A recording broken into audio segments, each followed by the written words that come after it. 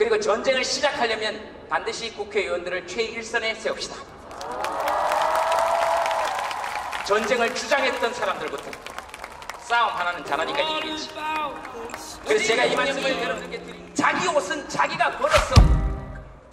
자기 옷은 자기가 걸겠다 했을 때 그것이 문재인 대통령을 찬양할 일은 아닙니다.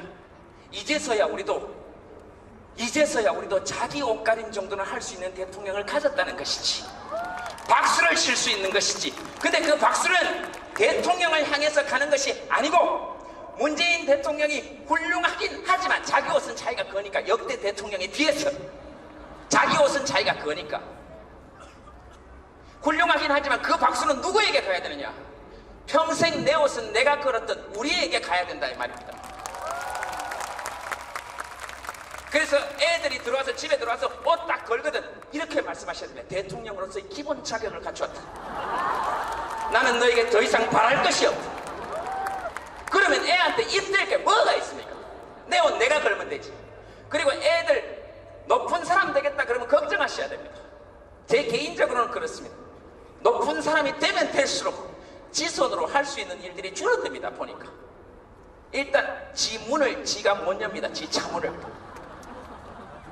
안타깝죠? 그리고 후보들 TV 토론회 때 봤습니까? 아직도 의자를 빼주는 사람이 있습니다. 그래서 제가 40이 넘어서 가져보고 싶은 직업 2가지가 있습니다.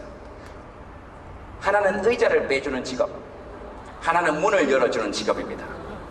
그래서 의자를 끝까지 한번 빼보는 거, 반드시 그 의자 끝까지 한번 빼보는 거, 그 다음 문을 안 열어주고 기다리는 거, 계속 안 열어주는 거, 어떻게 할지 너무 궁금합니다. 문을 조금 열고 열어줘 이렇게 할 건지 생각만 해도 너무 즐겁습니다. 스님께서 좋아하는 일을 하라 그러셨으니까 저는 좋아하는 일을 할 겁니다. 그게 돈이 안 되더라도 의자를 반드시 끝까지 빼주는 거, 문을 안 열어주고 계속 기다리는 거, 그리고 그런 그들을 보며 진짜 높은 사람은 그들이 아니라 언제든 지하철 투도 문이 우리를 위해서 자동으로 열리는 우리들에게 자부심을 가지는 거, 벨만 누르면 버스 뒷문이 알아서 열리는 데 대해서 자부심을 가지는 거, 아 우리가 진짜 높은 사람이구나. 근데 가만히 있어봐. 지옥철이나 지하철 이런 데서 너무 끼일 때는 어떻게 하지? 그럴 때는 웃으세요. 제 말을 듣고. 웃으면 행복해서 웃는 게 아니라 웃으면 행복하다 이따위 얘기를 하려는 게 아닙니다. 그거 다 헛소리라고 생각해요. 그러나 웃으면 기본적으로 조금 좋은 일은 생깁니다. 지하철에서 너무 끼일 때, 맞다, 김재동아 씨가 웃으라 그랬지, 한번 웃어보세요. 너무 끼일 때 여기가 지옥이지 딴 데가 지옥이야 이런 생각이 들 때 웃으세요. 굉장히 넓게 가실 수 있습니다. 진짜 넓게 갈 수 있습니다. 앉아가고 싶을 때는 앉아있는 사람한테 가서 웃으면 됩니다. 거기 앉으면 돼요. 누워가고 싶을 때는 앉아서 양쪽을 보고 웃으시면 돼요. 다 떠나면 누워가면 됩니다. 아침에 똑같은 시간에서 똑같은 번호의 버스에서 그걸 일주일만 하시면 그 버스를 혼자 타고 다니실 수도 있습니다. 이런 많은 방법들이 우리에게는 있어요. 그러니까 우리 스스로에 대한 자부심은 그런 데서 나온다고 생각합니다. 정치인을 풍자하는 데서 끝내는 것이 아니고 반드시 높은 투표율을 기록해서 주인이 누구인지를 알려주는 것, 90%의 투표율, 100%의 투표율이 나와서 모든 국민을 두려워하게 만드는 것, 된 사람은 다음에 또 돌려고 노력하게 만드는 것, 떨어진 사람은 간당간당하게 떨어져서 다음에 되려고 노력하게 만드는 것. 그래서 임명권자에게 또는 공천권자에게 충성하는 것이 아니라 자기들의 주인인 시민들에게 충성할 수 있도록 정쟁의 장을 열어주는 것, 저는 그것이 진짜 정치에 대해서 우리가 가져야 될 자세라고 생각합니다. 그래서 대한민국 헌법 제7조에 나와 있는 공무원은 국민 전체에 대한 봉사자이며 국민에 대하여 책임을 진다 하는 것을 뼛속 깊이 느끼게 해줄 수 있는 것, 당신들의 주인이 우리라는 것을 알게 해주는 것, 저는 그런 것이 진짜 정치의 출발이라고 생각합니다. 그 다음, 요즘 적폐청산 이런 이야기 많이 합니다. 그러나 저는 개인적으로 좌가 잡으면 우를 쓸어버리고 우가 잡으면 좌를 쓸어버리고 민주화 정권이 정권을 잡으면 산업화 정권을 쓸어버리고 산업화가 잡으면 민주화를 쓸어버리는 것은 잘못된 점은 적발해서 고치는 것이 옳지만 그런 방식으로만 접근하는 것은 개인적으로 옳지 않다라고 생각합니다. 지금 잘못된 시스템을 고치는 것은 중요합니다. 누가 내 돈 22조 원을 갖다가 4대 강바닥에 박았는지 알아내는 것은 굉장히 중요합니다. 굉장히 중요합니다. 그런 의미에서의 적폐청산이 이루어져야 한다고 생각합니다. 왜냐하면 길거리 가다가 내 돈 22,000원만 뺏겨도 소매치기 당해도 억울하지 않습니까? 그 다음 지금 청년들 우리 아이들 일할 때 시급 5,580원에서 6,030원에서 6,470원에서 내년에 7,530원으로 올릴 때까지 얼마나 힘들었는지 아십니까? 그리고 내 친구 조중동은 조중동 씨라고 있습니다. 내 친구 중에 내 친구 조중동은 우리 아이들 아르바이트에서 시급 7,530원 받아서 그것 조금 올라가면 온 나라가 망할 듯이 떠들어댑니다. 적어도 어른이라면 그렇게 하면 안 됩니다. 내 아이들, 내 딸, 내 아들입니다. 이 아이들 주머니에 돈 들어가서 그게 어떻게 해서 나라가 망할 수 있다는 얘기입니까? 재벌들이 수백 조씩 사내 유보금 쌓아놓고 정치인들이 수십 조씩 수백 조씩 우리 세금 낭비할 때는 전부 다 입국 쳐닫고 있다가 겨우 우리 애들 지금 7,530원을 올리는 게 그게 뭐가 그렇게 나라가 망할 일입니까? 어른이라면 얘들 주머니에 돈 좀 있어야 된다 이렇게 얘기할 수 있어야 되는 거 아닙니까? 그리고 자영업자들 다 망해간다 이렇게 평가릅니다. 자영업자들 아이들은 아이들 아닙니까? 그리고 자영업자들이 왜 지금 힘듭니까? 애들 주머니에 돈이 없어서 그렇습니다. 아이들 전부 다 여기 지금 열심히 일해서 돈 좀 더 벌면 얘들이 딴집 딸처럼 말을 사겠습니까? 올림머리를 하겠습니까? 변기를 자기 것만 쓰겠다 그러겠습니까? 자기 방을 온통 거울로 꾸미겠습니까? 그렇지 않습니다.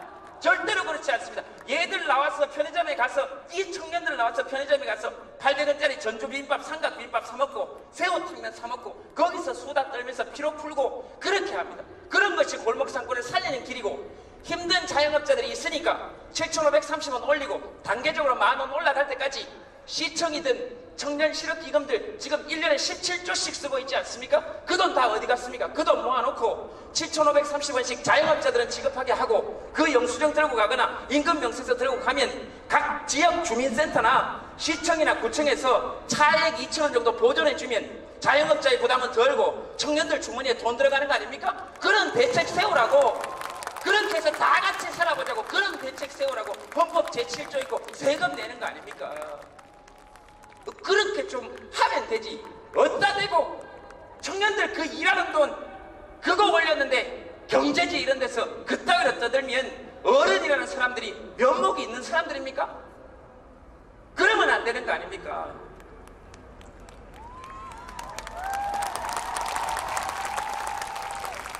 그래서 제가 생각하는 진짜 적폐청산은 잘못된 과거의 일, 과거 정권의 일을 밝혀내는 것도 물론 중요한 것이고 밝혀내야죠. 우리 세금 22조 가져가서 강 바닥에 처박아 넣었으면 물어봐야 될 거 아닙니까? 너 그 돈으로 뭐 했니? 그랬더니 로봇 물고기 만들었습니다. 지금 고장나서 쓰지도 못합니다. 제가 밑에 댓글 달았습니다. 물에서 죽은 최초의 물고기다. 우리 돈 가지고 갔어. 그러면 그런 거 물어서 밝혀내야 될 거 아닙니까? 그래야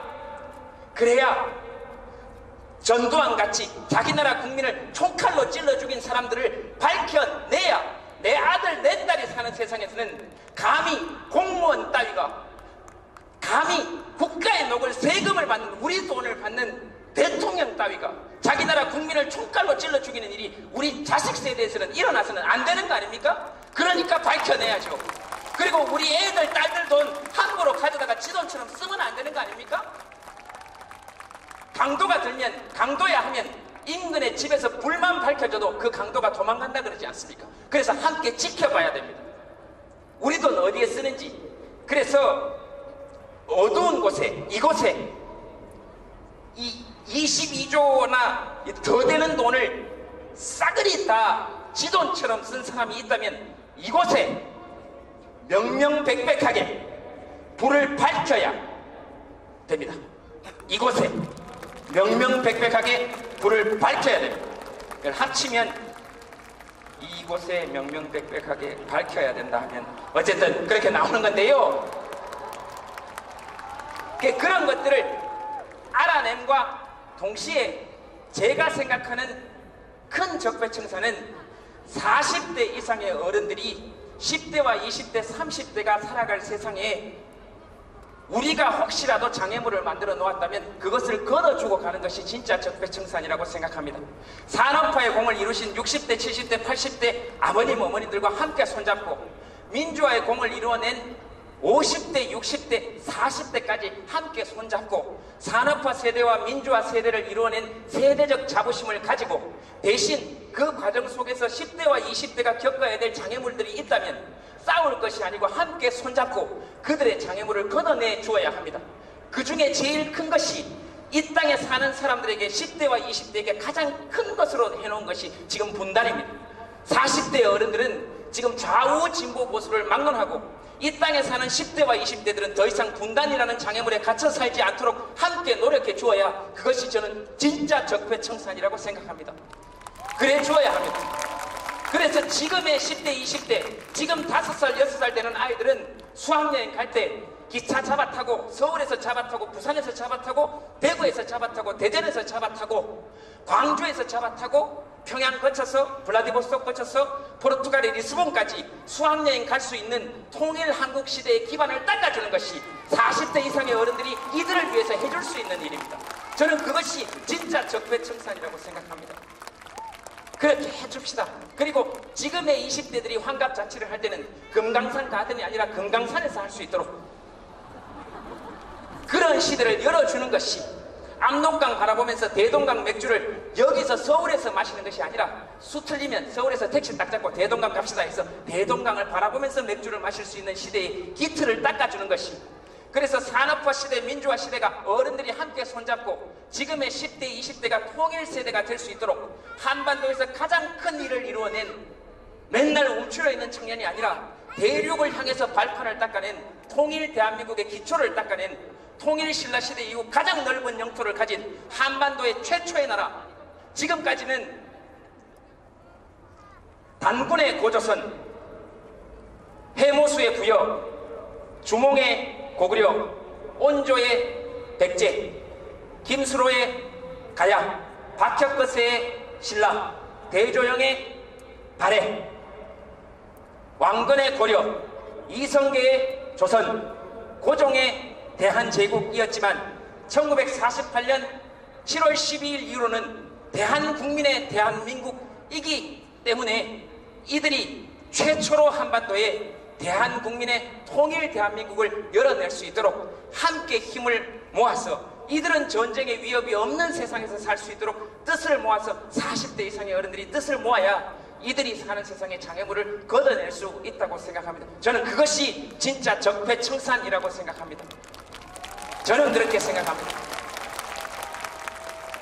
시간이 제가 쓸 수 있는 시간이 거의 다 된 것 같습니다.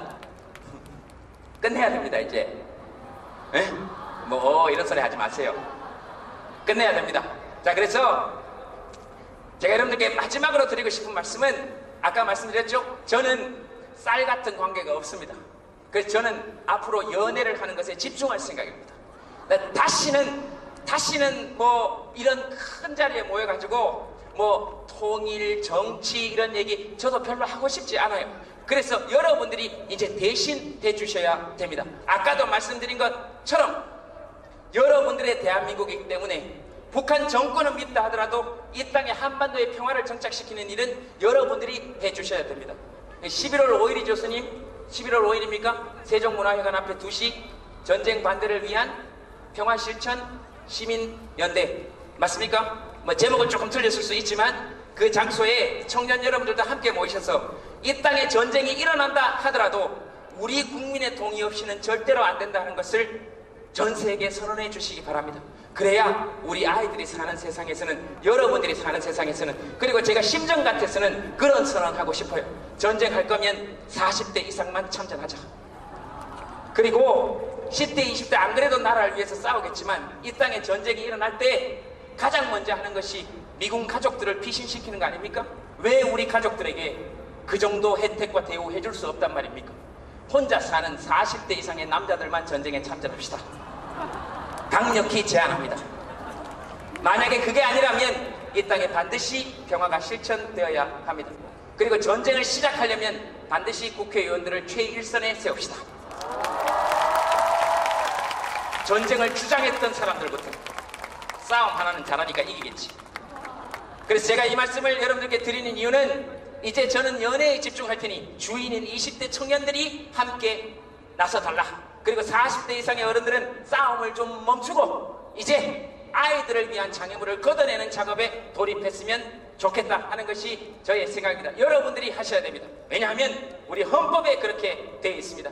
유구한 역사와 전통에 빛나는 우리 대한국민은 3.1운동으로 건립된 대한민국 임시정부의 법통과 불의에 한가한 4.19 민주이념을 계승하여 조국의 민주개혁과 평화적 통일의 사명에 입각하여 정의 인도와 동포로서 민족의 단계를 더욱 공고히 하고 자율과 조화를 바탕으로 자유민주적 기본질서를 더욱 확고히 하여 정치, 경제, 사회, 문화 모든 영역에 있어서 각인의 기회를 균등히 하고 능력을 최고도로 발휘하게 하며 자유와 권리에 따르는 책임과 의무를 완수하게 하여 안으로는 국민 생활의 균등한 향상을 기하고 밖으로는 항구적인 세계 평화와 인류 공영에 이바지함으로써 우리들과 우리들의 자손들의 안전과 자유와 행복을 영원히 확보할 것을 다짐하며 1948년 7월 12일에 제정하고 8차에 걸쳐 개정된 헌법을 국회 의결을 거쳐 국민투표에 의하여 개정한다. 이게 우리 헌법 정문입니다.